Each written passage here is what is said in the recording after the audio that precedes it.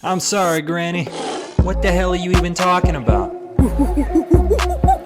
Sometimes you gotta cross the river before you call an alligator big mouth. It's a safari. What'd you think was gonna happen?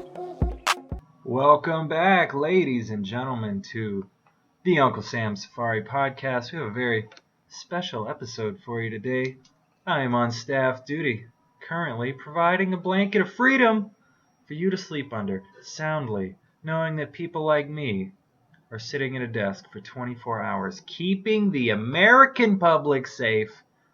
No one should feel safer, than you right now, me on staff duty. By the time you hear this, I will have been off, but that's all right. Maybe I'll get it uploaded tonight. I have plenty of time. Let's see. It's currently 11:09 p.m. and I've answered the phone. I've answered the radio a couple times today. I've mopped. I have mopped this building about 5 times. And the more I mop it, the more disgusting it gets. So, anyway, sitting here, got plenty of time. Bang out an episode. Why not? Why not? So, some crazy stuff going on in the world. All right, let's just go ahead and talk about it. The slap heard around the world, or should I say the simp heard around the world.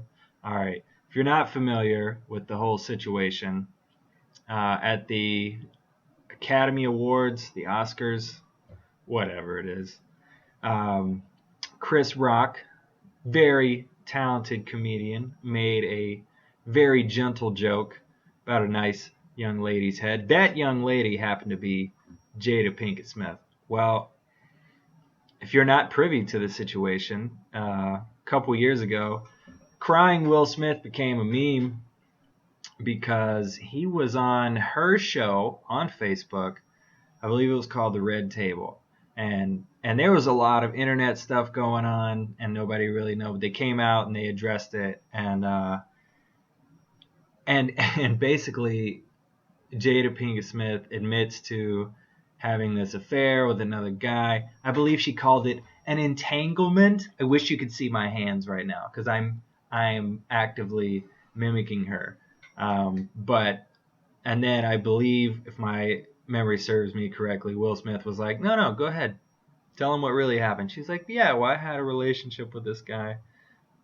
And Will Smith is just like, I can love you through anything. And it's like, why? I'm just confused. An entanglement? She had a dick entangled in her mouth. That's what it was. Make no mistake about it. And the guy was like her son's age. All right.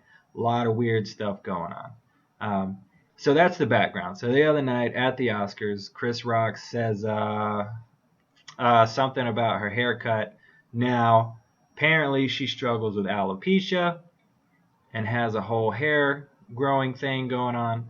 Now, I would have understood if Will Smith got up on stage and said, hey, Chris, not sure if you're aware, my wife has alopecia. It's hard for her to grow her hair. I think you owe her an apology. I'm sure Chris would have been like, hey, you know what? I apologize. I didn't know. Sorry. If he didn't know. If he did know, then he could have just easily backpedaled and been like, hey, you know what? You're right. That was in poor taste. I apologize. Let me get drinks at the after party. But what happens? What happens, you ask? Most of you already know.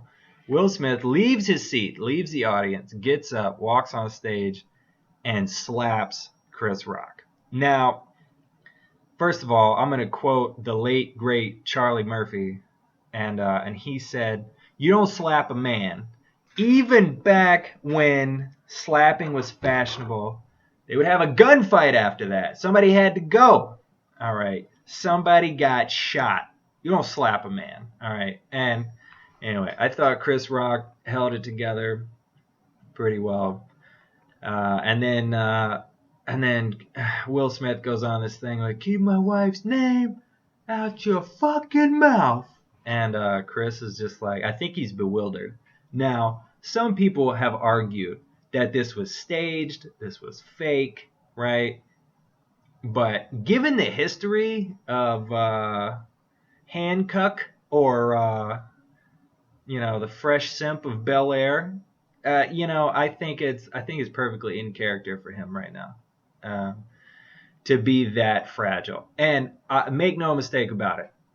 If you want to defend your partner's honor, be my guest.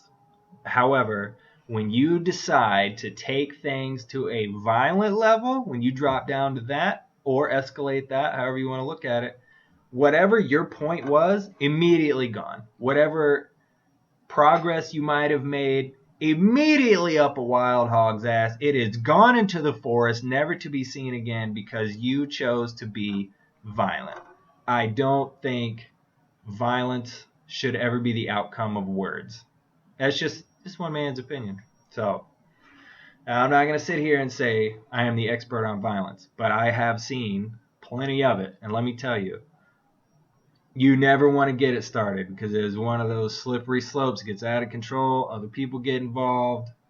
People pull guns. People pull knives. And I'm telling you, violence is not the way to go. If you always win the fight that never happened. You know, what if Chris Rock had been secretly training in mixed martial arts for the past 5-10 years? What if he pulled a carrot top on us and got all buff, but he's like just skilled at martial arts, and then he turned around and just like, I don't know, scissor kicked him, put him in like a crazy headlock and broke his neck? Would that have blown your mind? I think so. I think Chris Rock has enough money where he doesn't have to do that. But anyway, I look at this and I'm just like, I don't know. I kind of feel bad for Will Smith. Like you're Will Smith. Like you have what, an infinite amount of money, probably. You know, you've made enough good movies where you still got shots to make other movies. You know, he's made a few stinkers, but you know they all have. All the legends have made a few stinkers. So I think he's perfectly capable of still getting out there and acting and making another bajillion dollars. So like, why stick with it? Why stick with this lady? Like, is it just one of those things like, well, it's cheaper to keep her? Is that what you're thinking? I don't know. But there you go. People have written to me and said, what's your take? And let me tell you, I don't support Will Smith's decisions. Only because he took it to a violent place.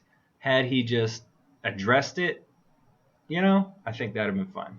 I would have actually probably applauded Will Smith for that. However, he just gets up and I wish he would have slapped Charlie Murphy. Charlie Murphy would have curb stomped his ass. It would have just been brilliant. Rest in peace, Charlie Murphy. But anyway, so simping ain't easy because you get embarrassed. That's what they say. Also, in recent news, apparently the Senate or the House, one of them, they're voting to legalize marijuana on a federal level. Now, I've been saying eventually they're going to have to do it. But I honestly, I hope it passes. Like, I would rather the entire nation just be high and drive around than be drunk and drive around. Drunk drivers are horribly dangerous. I don't know why alcohol gets a pass. I guess it does because we've had it for so long. Like, for many years in Europe, it was safer to drink fermented beverages to kill the bacteria than it was water. Water would kill you. So I guess it's so ingrained in society that it's just like we can't let it go. But I'm actually myself pursuing sobriety. It's been quite a challenge. I had a couple Maker's Marks a few weeks ago. I got back from California. Just wanted to blow off some steam. And I went and got a bottle of Glenfiddich 14-year-old scotch. It was like $60 bottle of scotch. Coincidentally, I also had COVID at the same time. And it was my birthday. And I was thinking like, 103-degree fever, might as well be drunk. And do I think that was wise? Looking back, no. But at the time, I was miserable anyway, so I might as well be miserable and have a little bev to go along with it. But it was all right. Then over the course of like 3 or 4 days, I drank it. But I don't really miss it. Alcohol is one of those things like it's fun for about an hour. and then you start making just bad decisions. You start trying to just overreach on a lot of things, and I've never woken up hungover and been like, wow, look at all this cleaning I did. Look at all these online college courses I knocked out while I was plastered. No, it's always horrible, always detrimental, and it's something I have to either clean up physically, socially, or mentally the next day. So yeah, I'm just trying to steer clear of alcohol altogether. Now, I do acknowledge there are social situations in which I would have a drink, but I legit cannot think of any situation that I would want to be in anyway that would be enhanced by alcohol. I can think of plenty of situations I wouldn't want to be in that I would drink and be like, yeah, I need a shot. I need a shot to deal with this right now. So I say all that to go back to the whole marijuana thing. I've been around people when they're high and they're giggly and, you know what I mean, they get the munchies. But like, I've seen people drive high. It's fine. Might stop at a green light occasionally, and you know what? All the drive-throughs would be full. That's all right. All right. I would much rather that than drunk drivers. So, and I think eventually it'll probably be the day I retire, actually, but I think eventually they're going to legalize it for the military. And they'll probably do it like alcohol. So like you can't have it 8 hours before you shift. I'm sure they'll have a way to test for it and see if you're inebriated or under the influence while on duty. But eventually it's coming. But I mean, it's kind of like prohibition. Like it's already here. People are already doing it. Why not legalize it? Why not make it safer? And then tax the bejesus out of it, you know? We still got, I guarantee you, if I went back to the schools, I went elementary, middle, and high school, they got those same textbooks and they're still falling apart. They still got the white guy pretending to be Egyptian on the cover. I guarantee you that is the case. So, you know what I mean? Like, give it back to the schools. We need to stop. Oh my God, we need education reform. And I think weed is the ticket to education reform. If you're going to fry your brain cells, let's increase the brain cells of our children, all right? Because make no mistake about it, people, these kids today are stupider than ever, and it's because of the parents. Instead of raising their kids, they slap an iPad in their lap and give them a big old bottle of juice or Coke, just whatever sugar water is nearby, and it's just like, you know what I mean? Like, if you don't raise your kids, you're going to raise your grandkids. Or if you don't raise your kids, society will raise your kids. I'm not going to sit here and say I hate kids. I like kids who, this is going to sound terrible. I like kids who aren't dicks. You know, like if your kid's just like, you know, it's something nice about a polite young man or lady that comes up to, or kid, let's just call them kids. You know, and they, you know, very, very aware socially, and they're polite, you know, calm. It's the same. I'm not going to compare it to a dog, but you know how like there's those high energy dogs, and you're like, oh my God, get this beast away from me. Kind of like that with your kids. But I don't know. I like kids. I always wanted kids. I think I'd be a cool dad. However, some people's kids, you should have a license to have kids. If you want to find someone and smash pissers with this person and procreate, you should pass a test. You should pass so many tests to see if you are qualified mentally and just as a human being to see if you should be allowed to have kids. All right, I'm tired of these deadbeats having, God, they have litters. They have litters of children. There's also nobody in the building. I can say whatever I want. So I'll try not to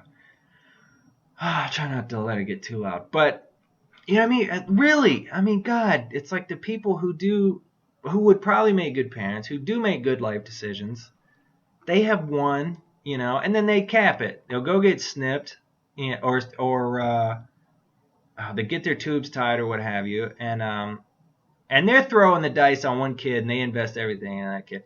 And then you got these people out here just, I mean, God, I saw this couple one time. They were 22 and had 5 kids. And I'm like, oh my God, the dude couldn't pull out of a driveway. Jesus. And I got a friend of mine, very good friend, and he's one of those people. Like I think I say friend loosely. He's kind of a family acquaintance, but he has like 6 kids, and but I mean they're all nice. You know what I mean? They're like not bad to be around. Like every time I'm around, I'm like, oh, it's a nice kid. So I don't know what the test for parents should be. Like you should have at least some amount of literacy, some knowledge of history, some I don't know. Like what do we? I don't want to sit here and say let's do like a Chinese social credit score, but we got to do something. We got to these people are out of control. I'm not saying abstinence is the answer, but maybe the DARE program was right in middle school. Just kidding. One of the biggest government failures ever. If you're curious, look it up. So, also, I thought drugs were going to be way more of a problem when I was a kid. They made it sound like there was somebody in every bathroom who was going to offer me crystal meth for free. And I have come to find out that drugs are expensive, and usually people want to sell them to you. They're just not handing out drugs. If you think somebody's trying to dope your kid up on Halloween, you are the one on drugs. Drugs are expensive. Nobody's giving that shit out for free. Get over yourself. Get off Yahoo News, all right, or whatever. Stop listening to these people that you somehow listen to that give you terrible advice. Stop it. Because, I don't know. What are the numbers on, like, kids actually? And you know what? Let your kid get high one time. Let them figure it out. Let them just, look, one good time, one high when they're 7, and then they'll probably never want to do it again. And plus, they're 7. They don't have the funds to go out and buy drugs. They can't even get jobs. They can't even really commit crimes. They're 7. They don't have the hand-eye coordination that an adult addict does. All I'm saying is chill out. Just let it go.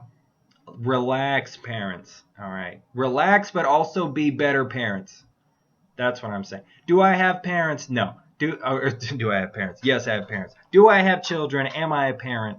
Absolutely not. Am I going to voice my opinion? Absolutely. As a person who has interacted with children. There's actually a bunch of kids in my neighborhood. And I've never personally interacted with any of these children, but I remember one time there was like a gaggle of them, maybe 10 or 12, and they're standing on the side of the road, and this one little future criminal is standing in the middle of the road, like on the yellow painted lines, like with his arms crossed, and he's like acting all tough in front of his friends.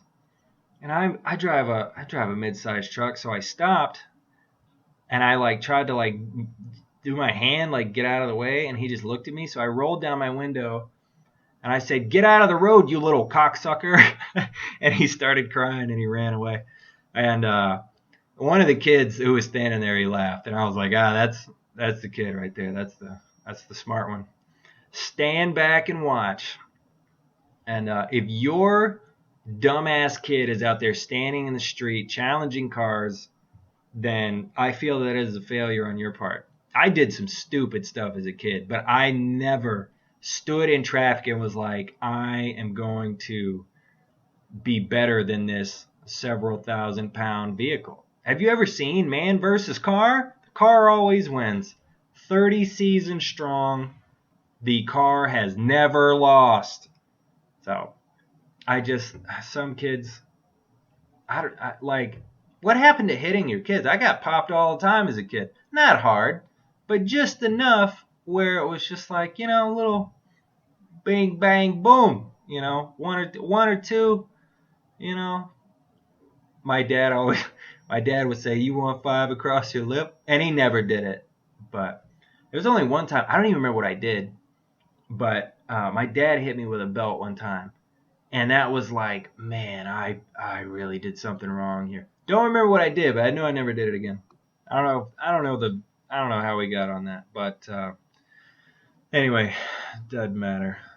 So getting into the questions from you, the audience members, your burning questions that you have that you want me to go on about for some reason. Well, here we go. Friend of mine. So a lot of my questions are just like friends that I have. I don't remember who asked it, but they asked me, had I seen the Olivia Rodrigo show or documentary or whatever it is. I believe it's on Netflix, and I audibly laughed because I haven't seen it. Why would I watch it? I feel like I'm going to conservatively say she's 20. I don't know how old she is. I know she's young. What is like the only interesting like person who was under the age of 20 was Anne Frank. All right. And I don't even know if she was that interesting. Her story was interesting. I don't know if she as a person was that interesting, but you got to see her grow up through the eyes of a child who was hiding from Nazis. All right, that's pretty cool. Olivia Rodrigo has one good song, and don't come at me saying the driver's license. I got my driver's license last week. I don't give a shit. All right, I am 30. I don't care about your driver's license. Stop being upset by this little boy who broke your heart, all right? Wait till you're in your late 20s and you really get screwed over in a relationship. That's when it stings. Like, you as a 20-year-old talking about heartbreak is like a 20-year-old talking to me about being in the military 10 years. Like, you have no idea what you're talking about. You've been in 12 days. I know I always go back to the military. I'm sorry. It's just what I do it every day, so it's fresh on my mind. Unfortunately. But no, I didn't watch the show. I don't want to watch the show. I can't imagine I am her target audience. We have nothing to bond over. Now, credit where credit is due. Good for You is a good song. That song, I'm going to take a pause. The lyrics, it's a good song to jump rope to. All right. Now, you could sit here and call me a fruit or what have you, but let me tell you something. Jump rope is an excellent cardio exercise, and I feel like the people who make fun of me for jump rope are also those people who cannot jump rope. So it is challenging, and actually, I'm going to go off on a little thing here. There's this guy I work with, and he is basically the human version of an unpopped zit. He's very gross. He never showers. In his car, there's fast food stacked up. I mean, to the windows. Like, but you can't even see the shifter in this guy's car. And I was jump roping one day, and he walks by and he was like, jump rope's a waste of time. And I looked at him for a second, and I kind of ignored him. And then he went on to say something else, and then I stopped, and I looked at him, and I said, I'm in better shape than you. And he was just like, what?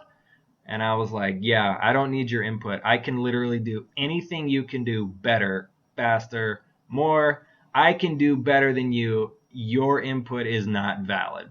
Like, thank you for wasting my time. And he got all pissed off. And you know what I mean? Like, if you don't have a leg to stand on, maybe you should just shut up. Anyway, back to Olivia Rodrigo. She made a good song. I enjoy the song. Did I buy the song? No. Do I have the song? Not anymore. But it was a good song. It was part of my jump rope playlist. So I'll give credit where credit is due. I hope she's not a one-hit wonder. And I hope she continues to make good music. I will say that. However, I don't feel like her perspective on life is something as documentary worthy. I feel like you need to be 40, 50, 60. You got to have an interesting 20 to 30 years to talk about. For those young people out there, there used to be a channel on TV. It was called Biography, and it would just talk about like these very impactful people on our life. I mean, you had historical people, but there was, modern people too, like actors, historical figures, singers, bands, stuff like that, and that was interesting because you had a catalog of 20 to 30 years of interesting things that these people did, and you get to see their journey to success. Olivia Rodrigo happens to be, well, okay, so take 12 years off of that already. From infant to 12 years old, you're not even a human being. You're basically an alien who's trying to figure out, that is the tutorial level of a video game. You have no clue what life is about. And for you to try to tell me there's enough interesting stuff that happened between 12 and 20, I don't buy it. I just don't. I don't think anything. I'm not the target audience. I'm sure it did well. I'm sure Netflix is making hand over fist off that. But no, I didn't watch it. I don't want to watch it. I feel like you have nothing in that documentary that I would want to see. That's just me though. So. Alrighty, going out to my buddy James. James, hope you're doing well. Making all that money. Oh, bastard. James wants to know, what's the most outrageous thing I've ever seen while on duty? Well, I've seen a lot of crazy stuff. When you're working 24 hours at a time, you see weird things. Weird things happen at night. I think the most outrageous thing that's coming to memory right now is, so I was in Japan, similar setup, but I'm not in the battalion building. That's empty.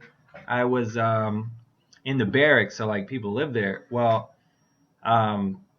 we had for some reason they made somebody stand on each floor for 8 hours a night. So from like 6 p.m. to 4 a.m. Like there had to be somebody up there just sitting there in uniform, wasting away.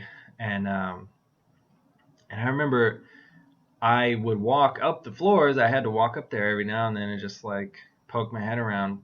And every time I saw this guy walking in like a zigzag pattern, and I was like, oh, he's looking at the floor, I guess. Like picking up trash maybe. Well, he was way at the other end of the hallway. Come to find out what they had done, these Marines had assembled a blow-up doll with a uniform on it, and they had like duct taped this broom to hold it upright to a very early Roomba.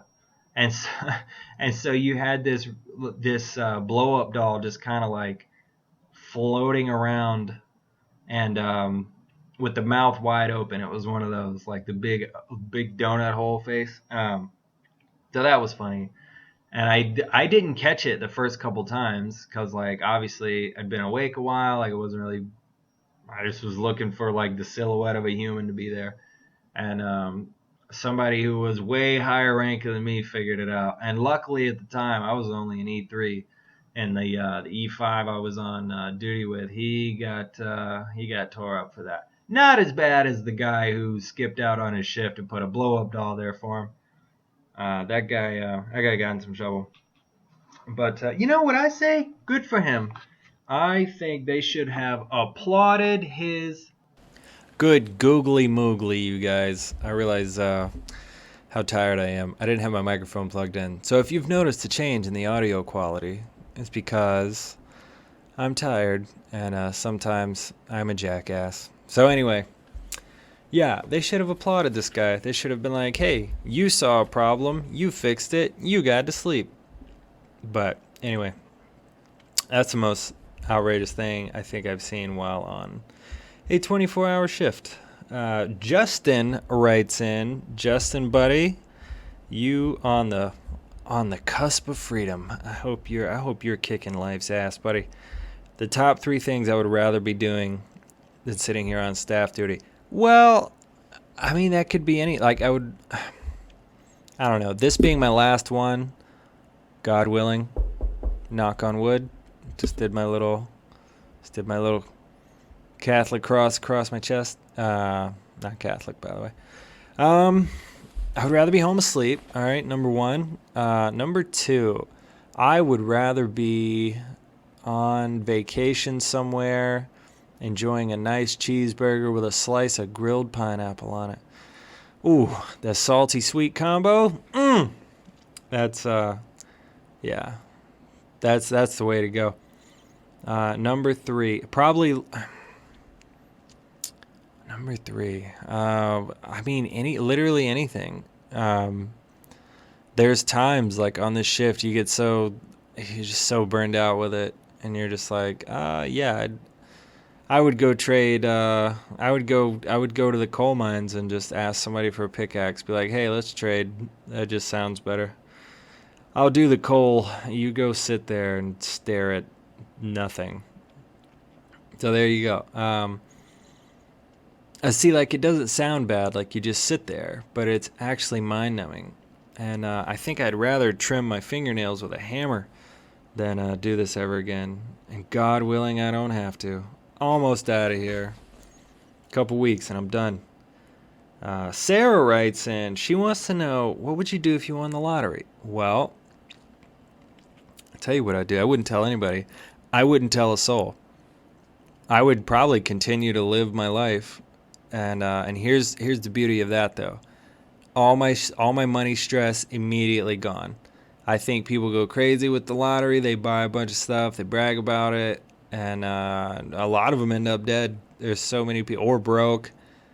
I would hire a lawyer, and I'd hire like an accountant and be like, all right, look, I want half this money where I can't touch it. Nobody can touch it. Like, I'll put it in an investment account or something like that. Half of it instantly saved, and I could get it in 10 years. The other half, I would, I'll probably just put it in my bank account and then just like go wild at the grocery store and stop denying myself all the things that are too expensive. Just start buying name brand groceries. And I don't know. It's really not. I'm not like a huge money guy in terms of, like, I'm not like money hungry. Like, it's not all I think about. It'd be cool, but there's so much more to life being happy than just money. Now, granted, I would rather cry in a Lamborghini than in a Honda Civic. So, but honestly, like, if I right now you gave me $10 billion, I think I would just give most of it away, honestly. Like, family and friends, like, hey, here you go, here's $5 million, here's $10 million, and then I buy a nice house somewhere. I want a house with like a little putt golf course on it. That's what I want. And then I think I'd open an animal rescue shelter and just any animal, no questions asked. Like, if it's alive, we take it. Giraffes, tortoises, lions, like, and it would also like focus on rehabilitation, like trying to make them healthy. I think that'd be cool. And you can, and I would have like, professional people work there. So I'm not talking a Tiger King situation here. All right. I am talking like a beautiful place where these animals can go, and if that's their stop on their way to either back to the wild or they live with us permanently, that's fine. I'd take care of a raccoon, a little possum or something, little armadillo action. I would do that. I have a soft spot for animals, so I think that's what I would do, and I would just, I don't know, try to make life better for the animals, I guess. I think that's what I'd do. I think I would just give most of it away, honestly. I'd have a little bit put aside for me and just, have my little putt golf course. And but after a while you get bored, right? Like, I've been all over the world. There's still places I want to go, obviously, so I would probably travel a little bit here and there, but I'd probably be the most boring billionaire ever, if I had to guess. So there you go. That's what I would do if I won the lottery. And I would I just wouldn't tell anybody for a couple years. They'd just be like, "Wow, you always take your truck to the car wash like every day." It's like, yeah, I invest in the car wash. They're like, "Man, you have a lot of T-bone steaks in here." It's like, yeah, I really like T-bone steaks. It's like, wow, is this legit Sprite? This isn't like the off-brand? It's like, hell yeah, it is. Check me out. So I would be a very subtle rich person, I think. I guess I guess like something crazy I would splurge on would be like another car, but I would probably just buy like a ridiculous car or an RV. That'd be cool. I always wanted an RV. So anyway, there's your answer, Sarah.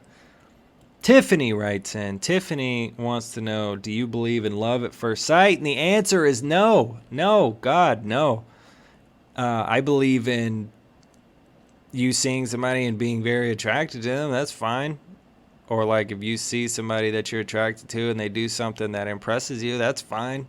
Does that mean it's love at first sight? No. God, that's insane. What an insane idea.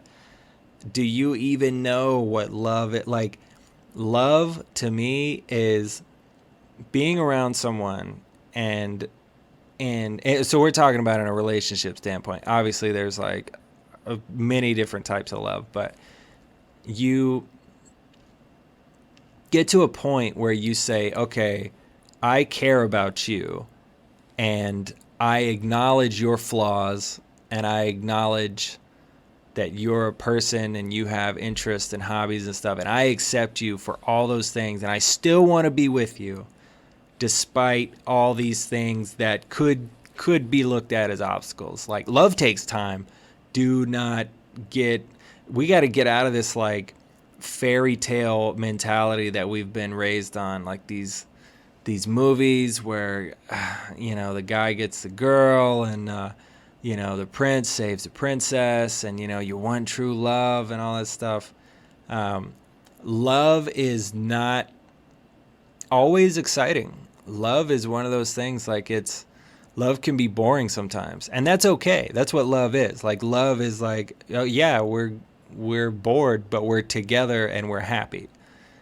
Love is like those bad days, and like you have each other to lean on.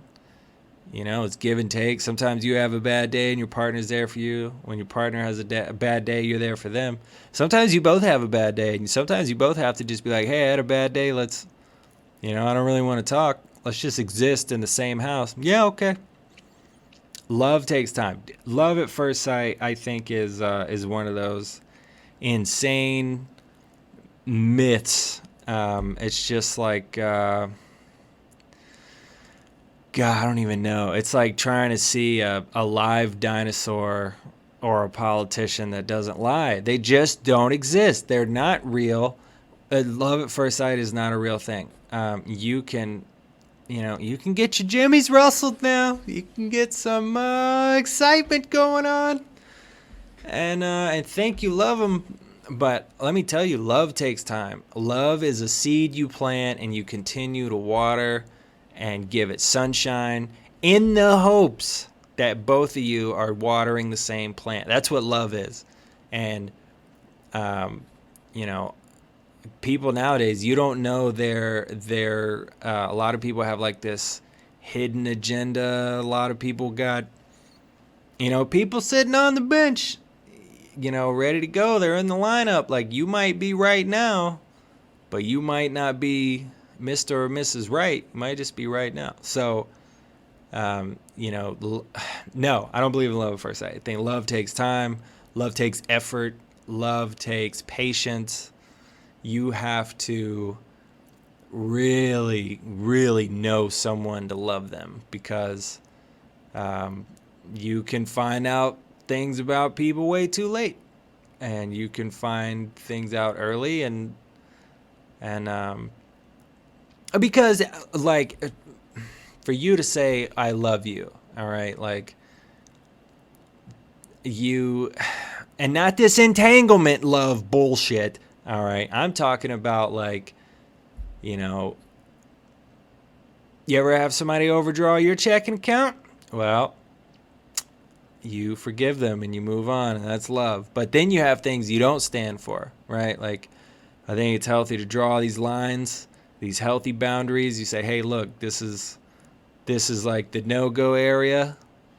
We don't do this. And then, because I don't know. I think the only like unconditional love is like a parent and a child, like the love you have for your kids. Like I could believe that, but every love is conditional, because there is a point where you're not gonna be willing to put up with their shit anymore, and it depends on what it is. Like there's annoying habits, like somebody might. You start dating them, you realize like, oh, they do this, but it's okay, I can deal with it. And then there's like coming home plastered 7 nights a week, and then just start boxing you as soon as they walk in the door. There's things you're not going to put up with. So we got to get away from this nonsense of like believing the fairy tales and the silly this just falump or whatever it is that these movies, and that's all it is. It's fiction. Like people forget, like when you watch a movie and something like that happens, you have to be like, oh yeah, it's a movie. It's not real life. You know what I mean? Like, I can't think of an example, but watch any movie. It's not real life. Guarantee you. So yeah, I think, I don't believe in love at first sight. There you go. There you go. That's the answer. Alrighty, gang. Well, it's kind of a short episode today. I'm sorry the audio quality sucked for like the first 30 minutes. What a horse's ass. I didn't even have my microphone plugged in. That's how tired I am. It's also really hot in here, so I'm like, I got this fan on me. It's just, it's rough. But yeah, 3-ish weeks. 20 days. 20 days, your boy is gone. I'm out of here. I am so excited. So excited. Going to recruiter school. So that'll be neat. Down at, where is it? Fort Knox, Kentucky, where they keep all the gold. Allegedly. I think they sold all the gold. That's why our money's not backed by anything anymore. It's just a number we make up. Like, yeah, it's worth this amount today. Hope you guys don't crash the economy. So,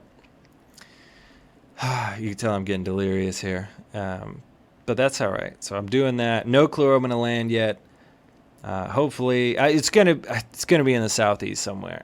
Selfishly, I kind of want to go back to Birmingham. We got a lot of family there. I feel like I could go back, help my family do a few things. But there's also Florida.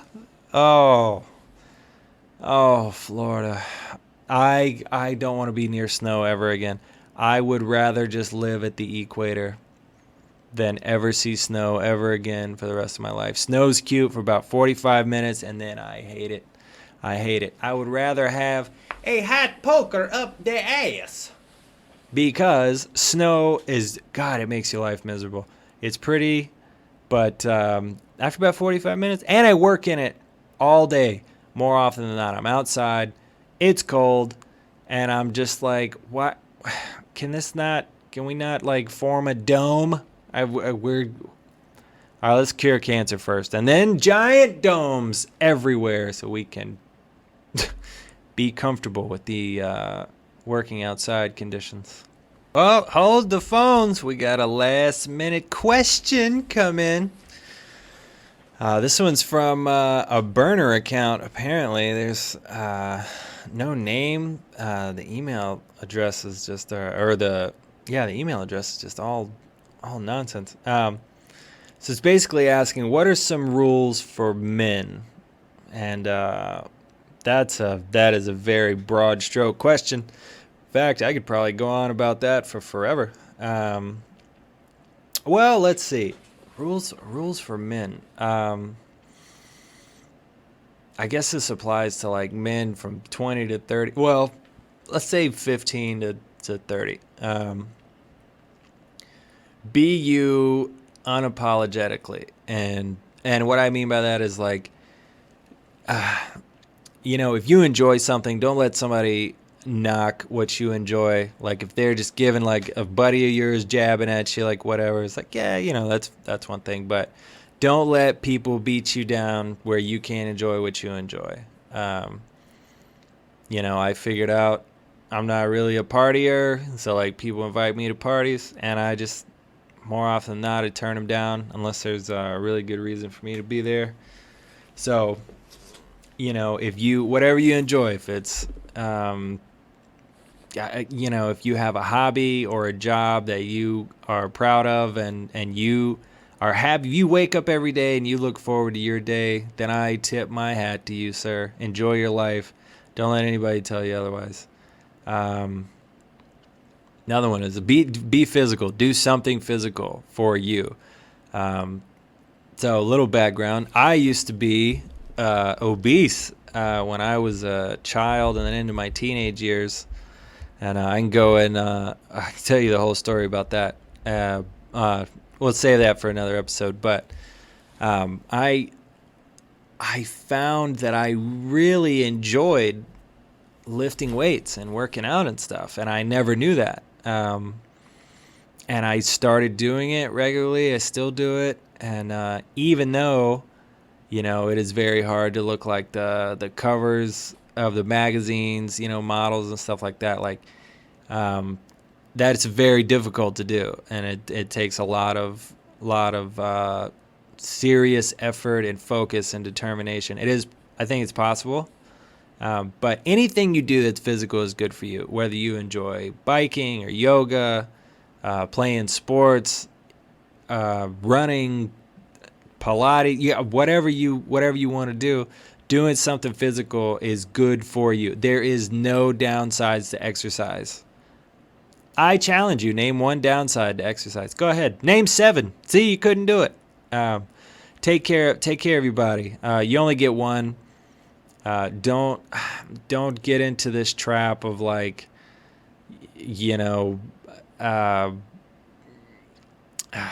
like it's so easy to be lazy now. Everything tastes good. Everything is hyper palatable. Like eat well and do something physical, and I guarantee you will love yourself for it, and you will grow as a person. Exercise has a lot of positive effects on the brain, and studies show that. You can look at that all day, and I don't think you'll find one scientific article that refutes exercise is good for you all around. So live the life you want to live, do what you love, and do something physical for your body. Challenge your body. Let's see. Also, take it's kind of like it kind of follows the same category, but hygiene's important. Keep yourself clean. Take care of your teeth. There is zero downsides to being clean and smelling good. All right, do your nails. All right, I'm not saying you have to go get a manicure, but keep them trimmed. Take pride in what you look like. Believe it or not, you are constantly trying to sell yourself. Doesn't matter what situation you're in. People take first impressions and they judge you on that. So obviously you're gonna have days where you're off. Like maybe the outfit you had planned got messed up and you got to wear something else, or sometimes you get busy, you don't get a haircut for a while. You can still keep that hair clean. You can still keep it somewhat styled. All right. Some people don't like cologne. You don't have to wear cologne. I do a little bit. And if you do cologne, if you do decide to spring for some smell good, cologne is to be discovered, not announced. You don't want to walk into a room and people smell you. You want somebody, when you go in for a handshake or a really close handshake or a hug, right? That's when they smell the cologne. That's when the magic happens, because it's like, oh, look at this. I like this guy. I'm going to go in for a hug. Ooh, my God, he smells like $1,000,000. So it's one of those subtle things. Um, I mean, just so keep yourself clean. That's an easy one to do. Brush your teeth, floss. Um, I had a girl tell me one time. This was years ago, but she said, "You know what I like about you? I can tell you floss." And I was like, "Wow, what a oddly specific thing." I'm glad I floss, right? It's You know what I mean? But like other people see that. That's my point. Is like they can tell that you take care of your hygiene. All right, hygiene's important, basically. Um, let's see, another rule for men. Uh, you're so. Let me think how I want to word this. If you oh God, I want to phrase it. I want to phrase it right. Invest in yourself, all right, and that's coming more from a career standpoint. So if you God, I sound like a bumbling moron. I'm sorry. So invest in yourself. So if you can get so degrees are fine. If you need a degree for your job, but become irreplaceable. So like if you work at a job, you want to be not only specialized but able to answer the questions that nobody else can answer. Be the guy that they look to when something needs to be solved. Because if you can become that guy, you become valuable. And hate to say it, fellas, but our value is based on what we can produce. And as a man in today's society, if you can produce nothing, if you bring no value, it's pretty hard. It's pretty hard to sell that because you're just kind of an existing thing. So as a man, you have to be able to produce something. So invest in yourself. If you, I'm not going to say climb the ladder, but kind of like if you get in there and really focus on, all right, how do I make myself more valuable in this environment? It could be anything, right? Like if you're an electrician, or if you're in a Fortune 500 company, or if you're in the military, if you're a firefighter, like any situation you find yourself in, fellas, let me tell you, invest in yourself, invest in knowledge, read, research, get certifications, get classes, do anything you can to make yourself more not only marketable, but you want to be somebody they don't want to lose. All right. And that's just coming from like a career standpoint, because if you find yourself easily replaceable, somebody's going to come along and underbid you. And that's unfortunately a part of life. So invest in yourself, be valuable, value yourself enough to invest in yourself. There you go. And then I guess with that being said, find the balance between being able to stand up for yourself, but also being kind. There's this kind of weird thing that goes on, like people act like they're a good person, but in reality, they're not capable of anything outside of being this doormat. And this doormat puts on this cape and pretends they're this virtuous person, and that is a lie. A good person is somebody who's capable of doing things aggressively, violently, who chooses not to. Right? That is a good person. The choice to make the right decision, not having the capability to do it, and you're masquerading as this like almost heroic, noble thing. You're not noble. You're sad. You're like insignificant. You know what I mean? Like you have to be able to, when the time comes, stand up for yourself. And I'm not saying be violent. I'm not saying be rude. I'm not saying be an asshole. This is not what I'm saying. But what I am saying is, if you're being wronged, you need to be able to call it out and say, hey, this is happening. This is not acceptable. If you want me in this situation, I don't play within those parameters. So, be able to create an outline for yourself of what you're willing to put up with. And then don't budge from that, because people will push you and they'll see if that box is real, and they will try everything they can to get you out of that, just to prove that they have the power over you. So, know when to walk away, know when to stand up, but you don't have to be.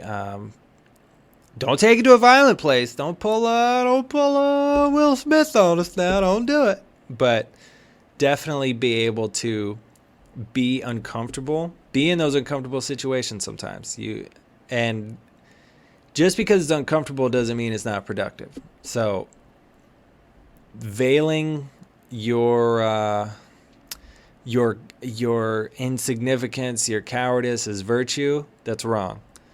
A good person is somebody who's capable of a lot of things, who chooses to do the right thing. That's what I'll say. So there you go. Mysterious person who emailed me, who I assume is a guy, asking about guy rules. So, all right, ladies and gentlemen, that is the show. Don't forget to donate to your local animal shelters if you have them. Also, do something nice for somebody this week. I want you to go out and just, it can be something simple. Hold the door for somebody, do a little wave, or just don't do something mean. If you find yourself in the situation where you might call a child a cocksucker, just try not to do it. All right, ladies and gentlemen, it's our show.